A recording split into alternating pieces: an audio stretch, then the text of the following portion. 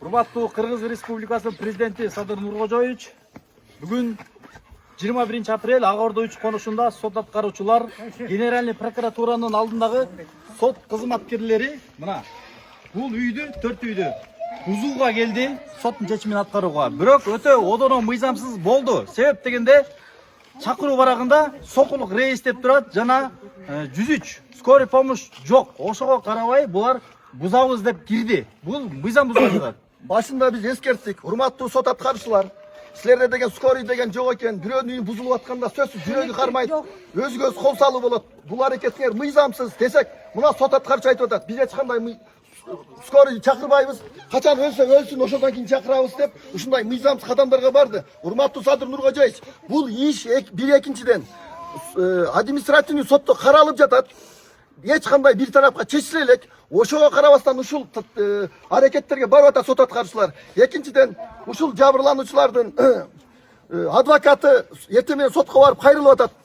Бул жерде жанагы сноско берген адамга уголовный иш козголуп атат.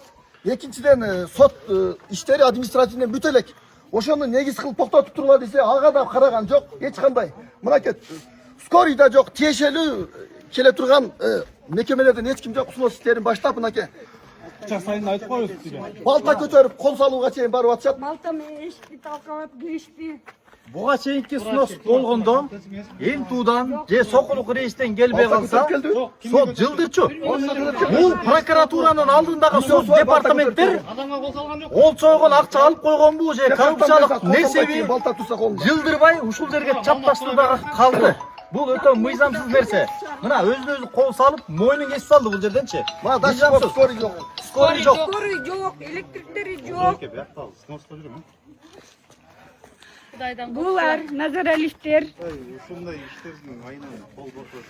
Биз там салып жашагандан нуска карабай, бир эмес 3 үй, 4 үй турат, ошого карабастан бир участокко пустой участок кылып кызыл китепти чыгартып келип алышты. 4 участокко ооба.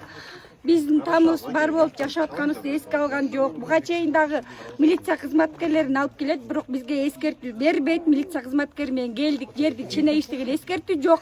Өздөрү билип келип мына. Эң биринчи айтсаңыз, эң биринчи үлүш китеп жөнүндө сөз кылалы да. Себеби мурда бул айыл чарба багытында үлүш жери болчу. Бул үлүш жер болчу. Анын үлүш жери канча метр эле ошондой? Назаралиевтердин жери картада турат. Ширинасы 7 метр, узундугу 500 метр. Азыркы данный моментте талашып жаткан жерге эч кандай тиешеси жок. Ооба. Бул участокко болгон 2 метрдей кирип турат. Болгондо да ал бул үйлөргө жетпейт. Даже ошол Назаралиевдин үй дагы ошол өзүнүн үлүш жеринде турбайт. Башка бирөөнүн жеринде Башка бирөөнүн. Эми сокулук администрациясы, сокулук архитектурасы, сокулук кадастр ушуга карабастан буларга китеп жасап берип атат. Эми уголовный 16 сотукка жасап берип атат. 16 сотукка. Булар жашап атат. Демек, алардын үлүш жери туурасы 7 метр болсо, булар 16 сотукка кызыл китеп чыгып берип атат. Башка бирөөнүн үлүш жерине. Эми экинчи мыйзамсыздыгы. Жер мунапысы 2021 жылы 1 декабрга чейинки салынган үйлөргө гана мыйзамдаштырууга жатат. Бирок булардыкы 2022ден кийин салынып жатат. Картада пустой. Экинчи мыйзам бузулук. Эми үчүнчүдөн ошол эле учурда кадастрдын сотрудниги, архитектурдун сотрудниктери буларга айтып атат. Бул жерге китеп жасабайбыз деп сотрудник отказ берип атат. Ошол сотрудникти кадастр иштен алып туруп, кайра бир башка сотрудник тап келип ошого китеп жасатып коюп атат да. Бул жерде сокулуктун комиссиясынын токтомун жокко чыгарыш керек. Ошол эле кадастрдын китеп жасаган сотруднигине жоопко тартыш керек. Анан экинчиден ушул Назаралиевке 17 апрелде уголовный иш козголуп атат Ленинск ровдудан.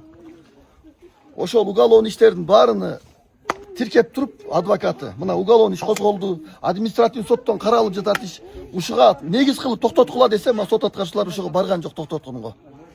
Эмне үчүн башкы прокуратуранын алдындагы сот департаменти токтотпой атат? Кызыкчылык болуп атабы же кандай? Же акча алып койгонбу? Эмне күмөндөр бар? Бул жерде толук негиз бар да. Бул жерде жазып атат.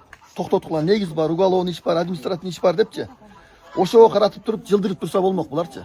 Булар бир тараптуу эле карап атышат да. Только ушул адамдын как будто адвокат сыяктуу эле. Демек, жалпы элдер бир кызыкчылык бар деп эле ишенип атат, Биз карапайым эле ойлойбуз да. Кызыкчылык бар экен, бир тараптуу карап атса депчи. Урматтуу Садыр Нуркожоевич, башкы прокуратура Максат Асанович, ушундай нерсенин айынан чың алуу, нааразычылыктар болуп көрбөгөндөй болуп атат.